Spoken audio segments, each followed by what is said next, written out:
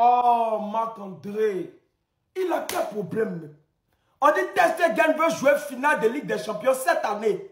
Marc-André, pardon, faut nous laisser. Nous là, c'est Chesney on veut. Chesney ou rien. Chesney jusqu'à la mort, c'est Chesney. Et puis il ne dit pas qu'il veut jouer match amical. Hein. C'est finale de Ligue des Champions.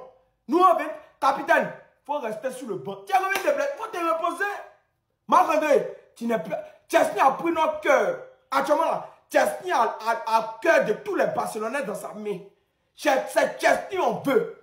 Marc-André, tu as quel problème? Tu as quel problème? Non, on ne te veut plus. Cette année, en tout cas, on ne te veut pas. C'est Chesney on veut. Non, tu as joué finale des champions. Pourquoi tu as joué finale des champions? Est-ce que Chesney fait là? On va te prendre. Marc-André, reste dans ton coin, pardon. Si tu reviens de blessure, reste sur le banc. On ne te veut pas. On veut Chesney. Il ne faut pas venir nous fatiguer ici.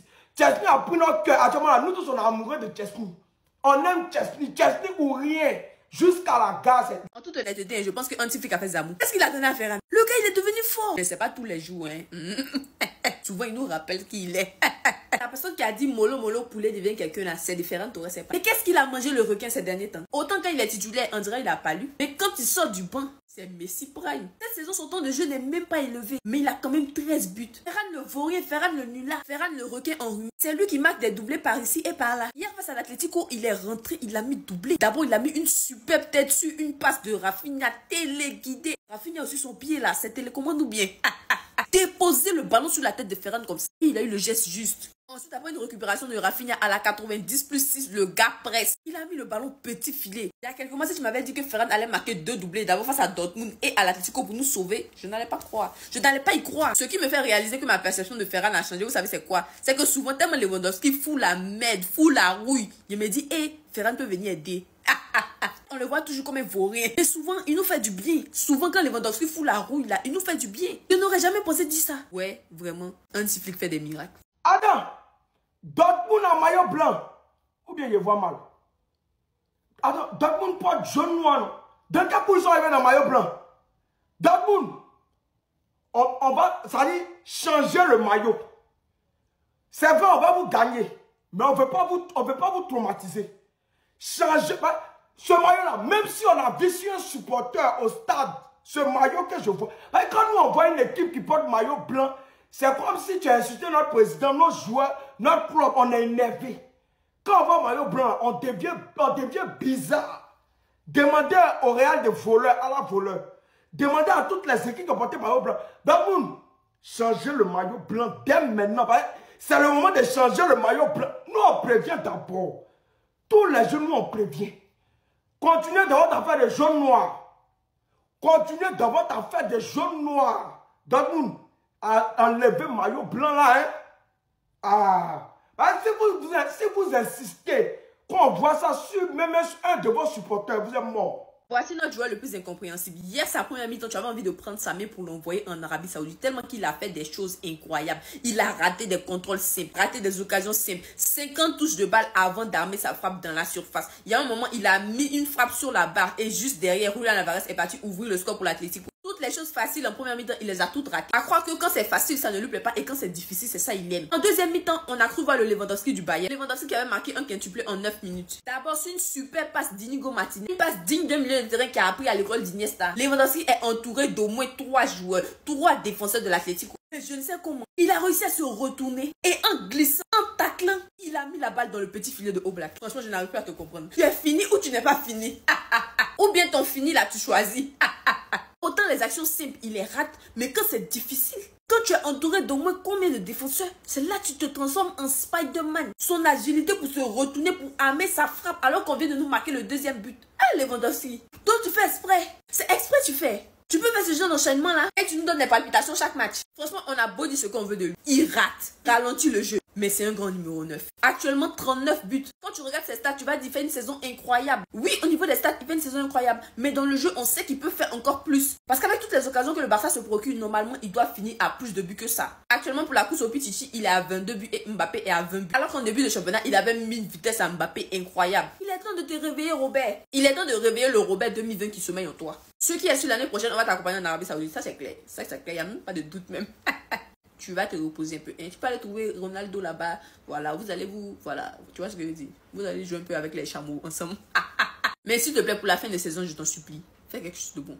Notre attaquant, notre numéro 9, le meilleur joueur, le meilleur numéro 9, Lewandowski. Joli garçon, faut avoir pitié de nous.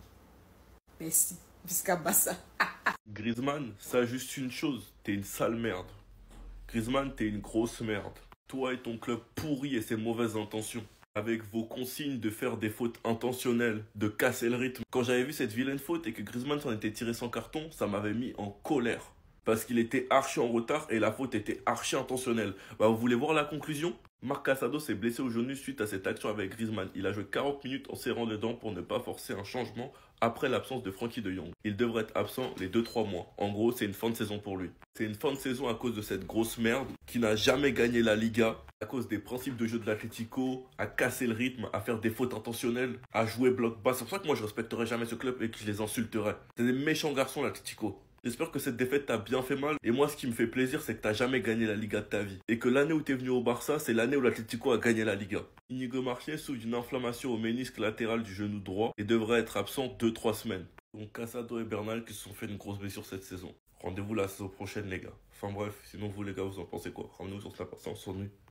Alors les amis, depuis ce matin, je vois toute la planète football et surtout les supporters du Barça être en folie après ce message Instagram de Pedri, voilà, qui dit que après sa prolongation, il a beaucoup réfléchi, il a des idées, il va peut-être revenir sur le marché. Bon, déjà, arrêtez de tout interpréter directement comme vous l'entendez. Parce que ce qui est sûr, c'est que la phrase, elle laisse place à énormément d'interprétations. Donc, en vérité, personne ne peut savoir ce qui se passe. Et même moi, je vous le dis, j'allais même pas réagir à ça, mais c'est plus par rapport aux réactions que je réagis. C'est-à-dire que Pedri, c'est un enfant du Barça. Il vient de prolonger. Vous pensez vraiment qu'il va avoir un intérêt à dire ça maintenant? Donc moi, c'est soit une question de sponsor, de communication, agent, pour mettre un peu la lumière sur lui et annoncer quelque chose de son côté, mais je ne pense en aucun cas que ça concerne le FC Barcelone et un départ probable. Voilà, ça au moins je vous le dis comme ça, c'est clair.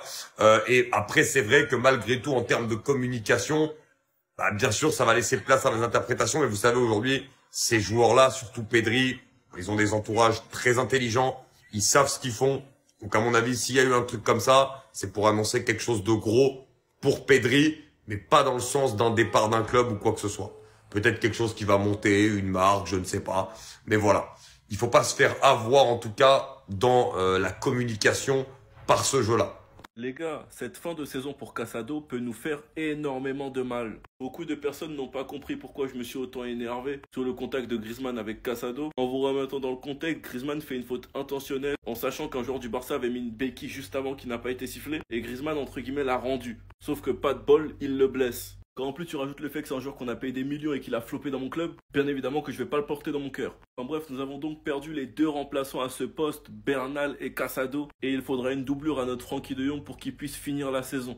Et on peut se reposer sur qui? Pour l'instant, en pole position, c'est tous très bien que c'est Eric Garcia. C'est même lui qui a joué le dernier match à ce poste-là. Je vous aurais dit Gavi, mais il y a des rumeurs comme quoi Flick n'aime pas jouer Gavi dans le double pivot. Gavi a tellement joué partout qu'à force, je sais même pas c'est à quel poste qu'il est le meilleur. Et pour moi, je reste persuadé qu'il pourrait être une bonne solution à ce poste-là. Et pour finir, il reste Christensen qui était excellent l'année dernière à ce poste-là. Et il est censé revenir de blessure fin mars. Donc vraiment, Christensen, on compte sur toi. J'espère pas une rechute. En tout cas, en attendant, on souhaite tous un bon rétablissement à Casado. Enfin bref, sinon vous les gars, vous en pensez quoi? Ramenez-vous sur Snap Insta, on s'ennuie. Merci, merci, merci, redescends là. C'est